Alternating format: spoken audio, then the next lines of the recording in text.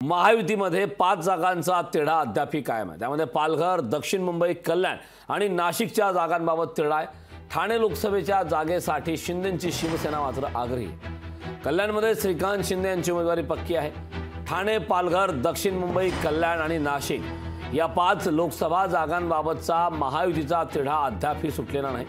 आपसात मोठी रस्सीखेच सुरू असल्याने महायुतीची डोकेदुखी वाढल्याचं चित्र सध्या दिसत आहे। ठाण्याची जागा शिंदे सेनेला की भाजपला हा फैसला अद्यापही होऊ शकलेला नाही।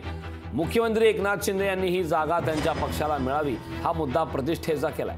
कल्याणमध्ये शिंदे यांचे पुत्र डॉक्टर श्रीकांत शिंदे यांची उमेदवारी पक्की मानली जात आहे। मात्र ठाण्यासह अन्य जागांचा निर्णय होत नसल्याने कल्याणमधील जागेचं घोडेही सध्या अडलंय।